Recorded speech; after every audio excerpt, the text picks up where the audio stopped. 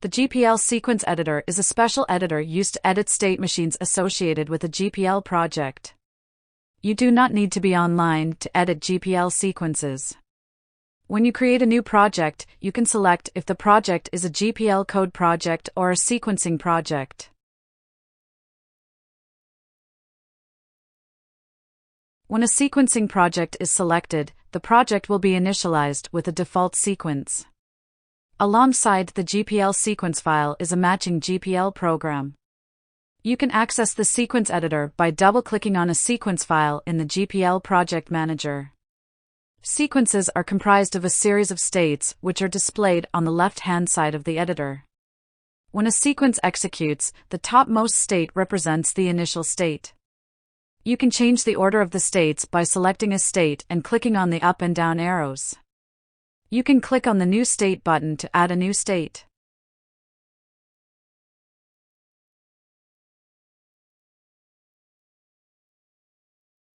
The State Machine tab displays the relationship between the states. This diagram is updated automatically based on the transitions between states.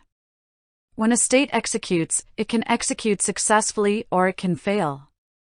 In the case of a successful execution of a state, the next state is defined by the on-success transition. This is represented in the diagram by a black arrow. If a state fails to execute completely, the next state is defined by the on-error transition.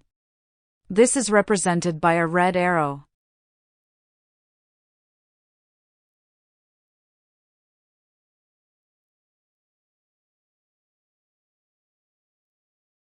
Each state represents a sequential set of instructions called statements. Statements are high-level activities that represent useful functions for an application. The GPL statement browser shows the catalog of all available statements. To use a statement in a state, simply drag and drop the statement into the state editor. A new statement instance is created.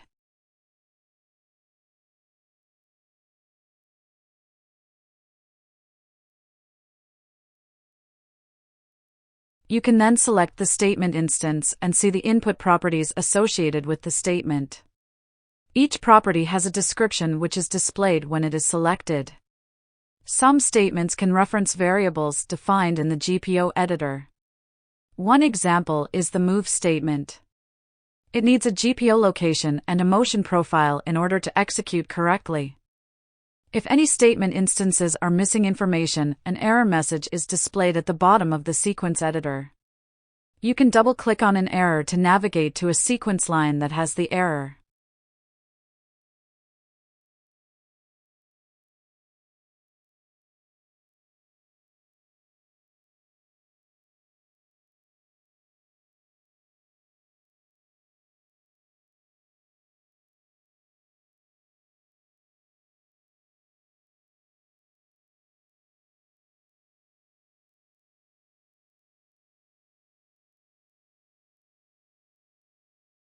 To link the move statement with a GPL location, simply click on the selection button and select the GPO location. Any errors associated with the undefined location will automatically be cleared. When a sequence is modified, the Generate button on the State toolbar region is enabled. When pressed, the GPL program representing the sequence is updated to match the sequence definition. There is a strong correlation between the definition of states in the sequence editor and the generated GPL program.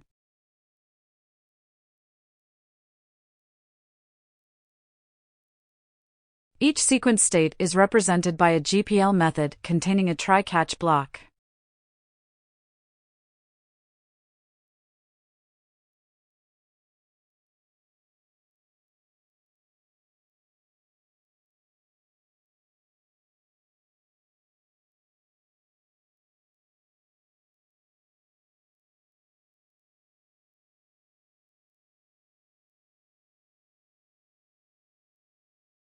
Any statements defined in a state are translated to method calls within the try-catch block.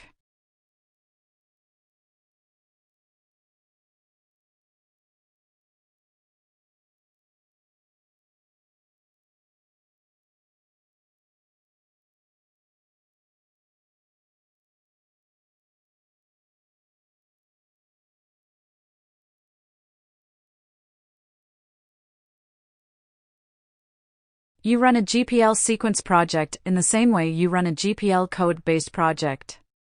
You can use the GDS toolbar to select the project and press the Run button. Before running the project, it can be useful to interface with the state machine display. You can right-click and use the context menu to enable or disable breakpoints on one or more states. When you run the project, the display will be modified. Inactive states will be displayed with a blue background.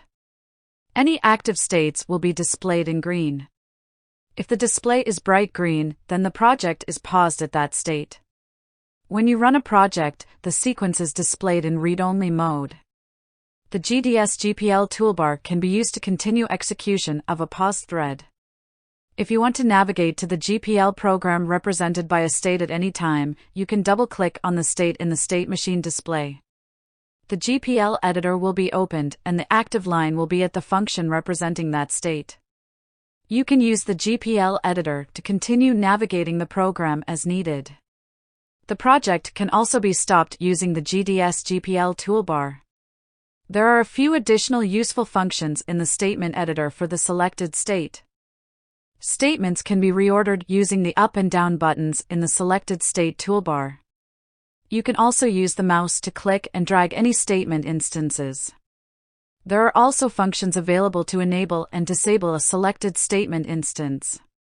Any statement can be removed by selecting it and pressing the Delete toolbar button. Alternatively, the Delete key can also remove the selected statement instance.